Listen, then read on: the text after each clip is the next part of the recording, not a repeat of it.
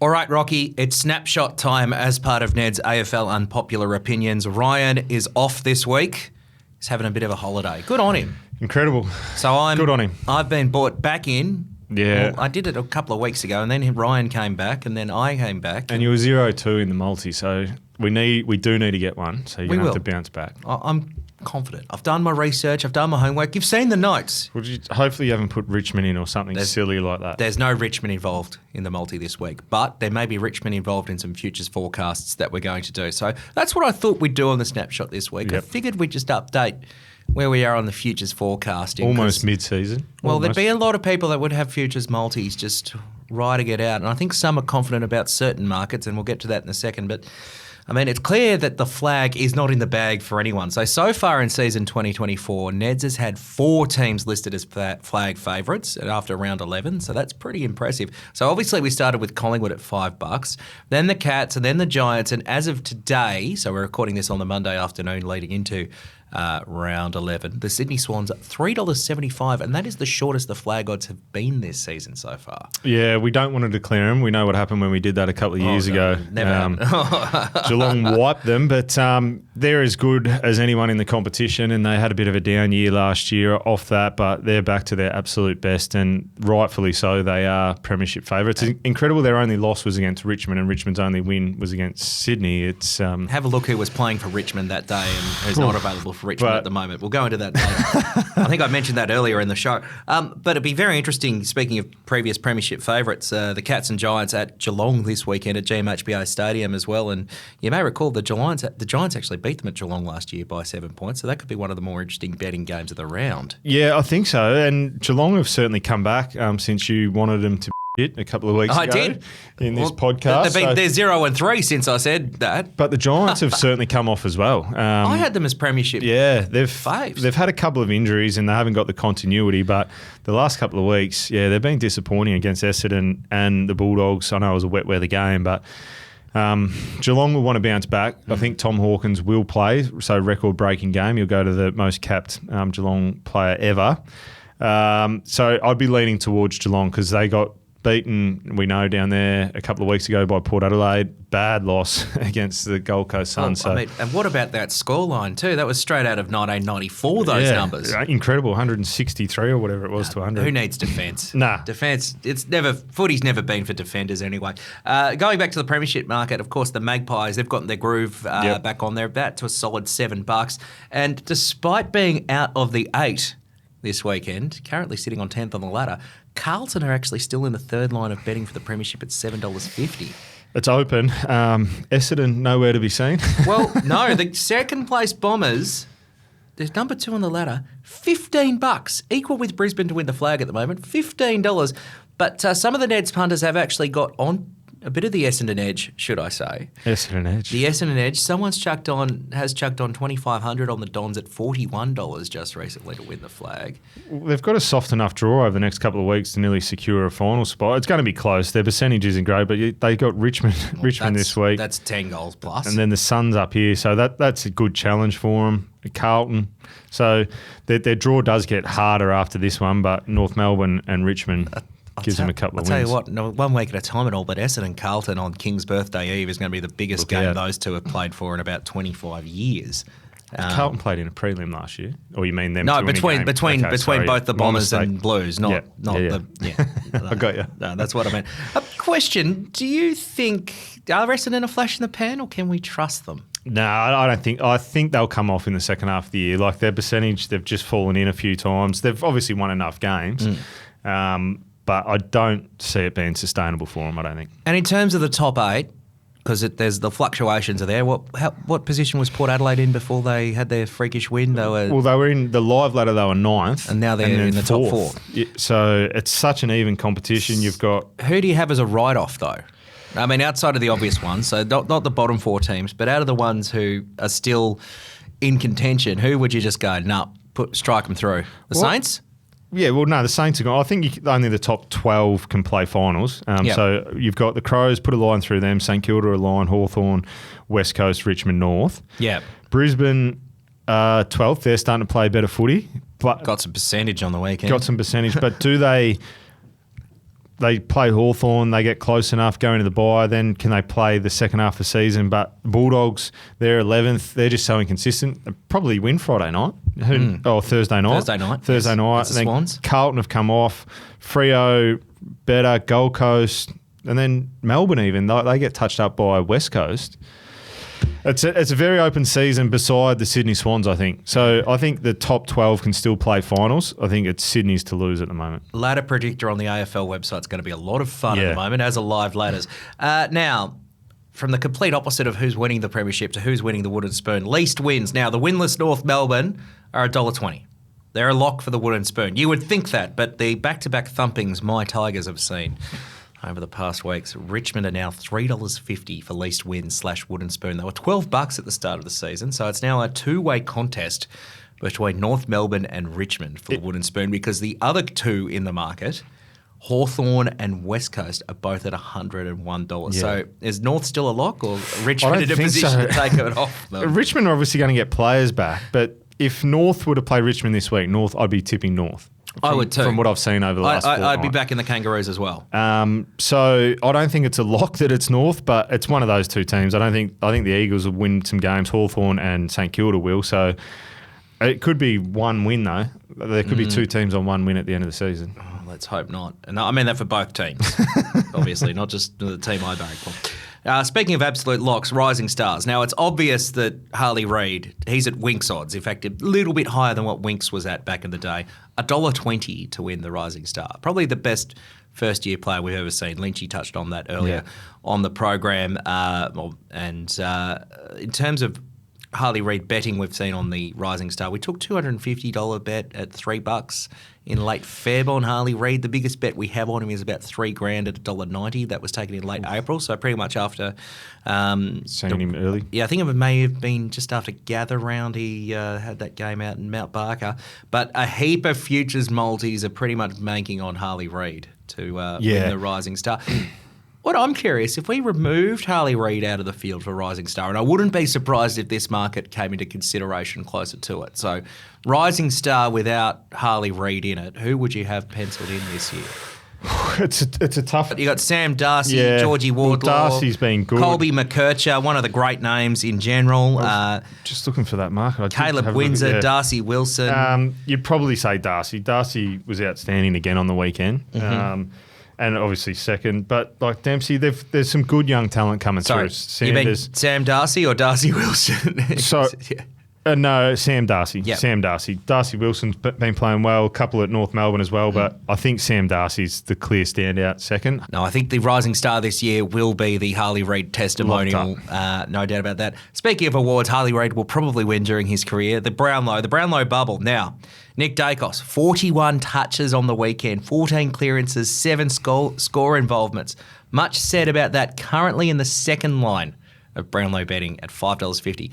Isaac Heaney, he's the favourite at the moment. Solid performance on the weekend. He's combined in the midfield with Chad Warner for a combined 52 disposals, 6 goals and 26 score involvements in the Swannies' 52-point win over the Blues on Friday night. But not quite one for Brownlow betting, but you can look at the combo options between midfielders and how many touches they get for a game. So that's one to keep an eye out there, punters. But I'd like to get outside of the Brownlow field. Harley Reid, by the way, $81 for the Brownlow. I don't think he'll win the Brownlow. Not this year. He might be a very good contender for most votes at West Coast, though, if you look at that market. Maybe. Waterman will be up there. But what I'd like to touch on here, Rocky, a bit beyond the Brownlow, but a weekend that was very close to your heart because your fellow ball magnet brethren got a lot of leather poisoning. Brethren, leather poisoning on the weekend. So one to keep note for people's same-game multis, I reckon.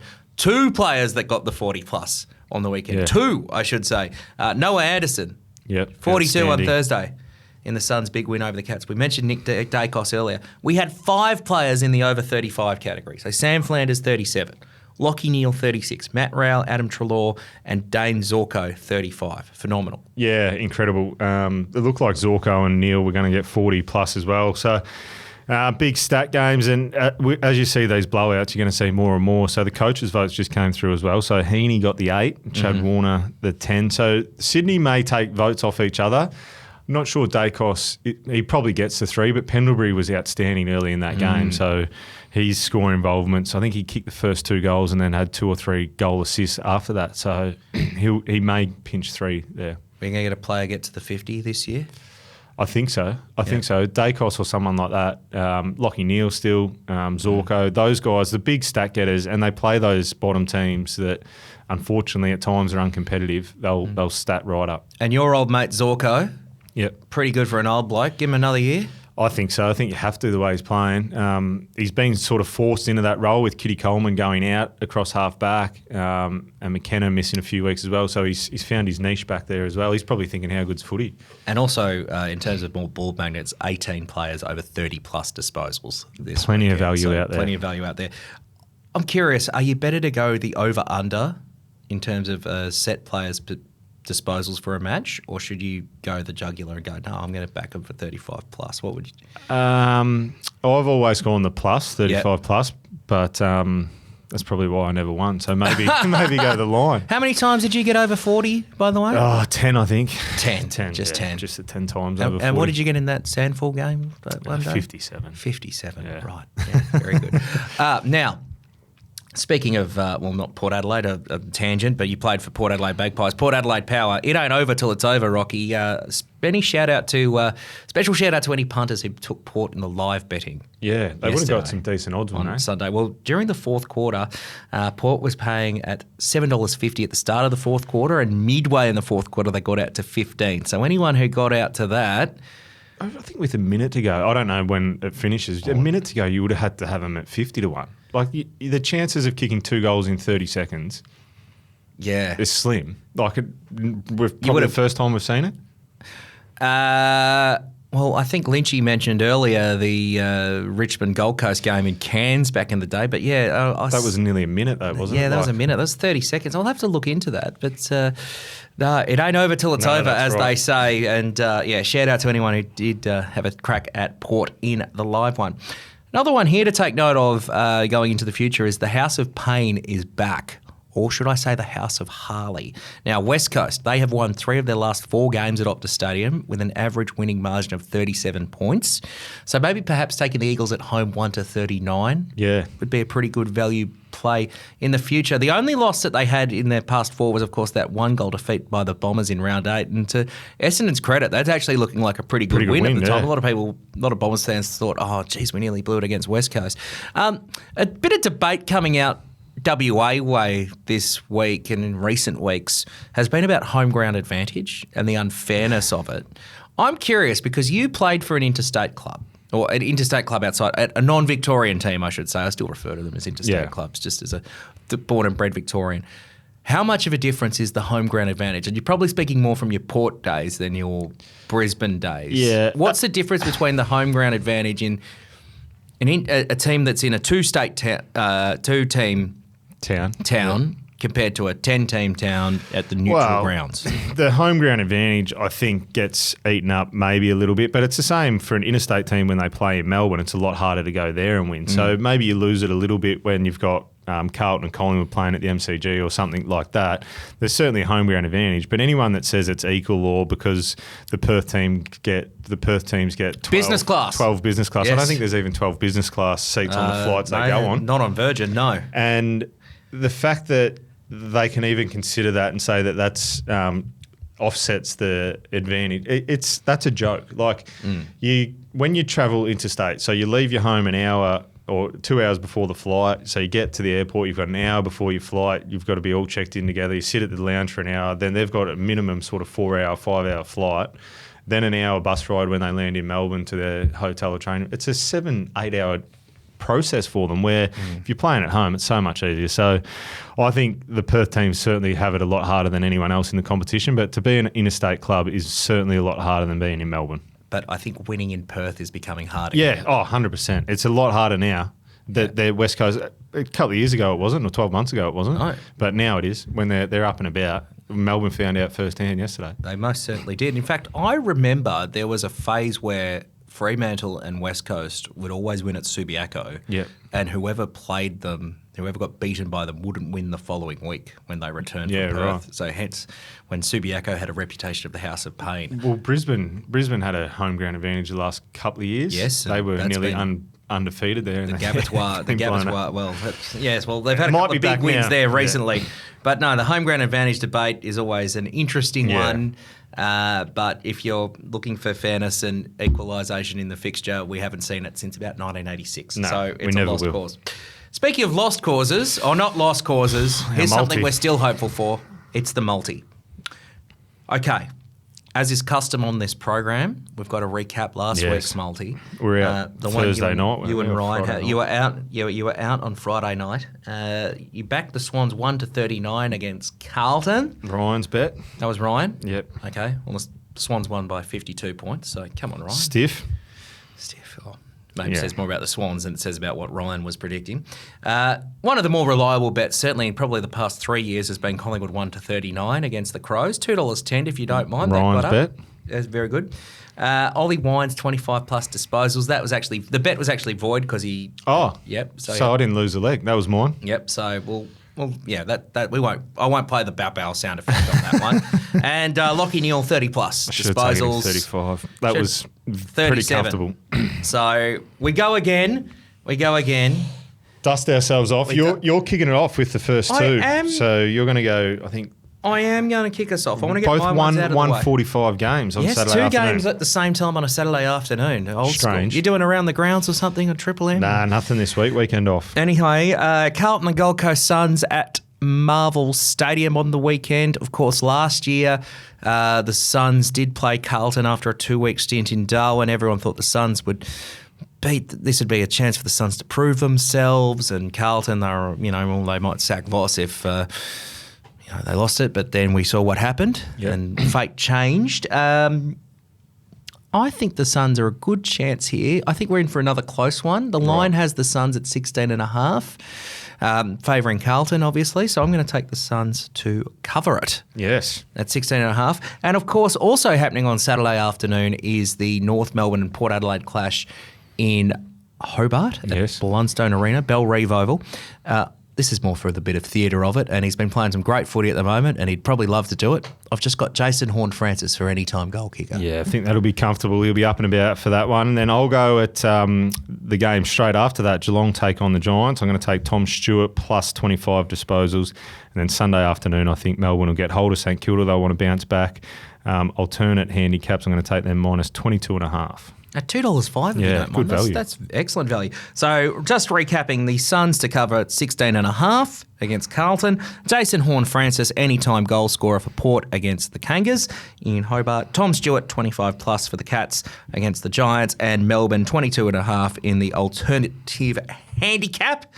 Bag that all up. $10.54. Ooh. You got a good feeling about this that's one? juicy. I like that. Yeah, that's available on the Neds app in the AFL section and in the open group. So have a look at that one and get involved. Ryan will be back here next week, I hope. Yes. Let's get this multi Well, up. if we get it up, maybe I continue Come doing back. this segment. Yep.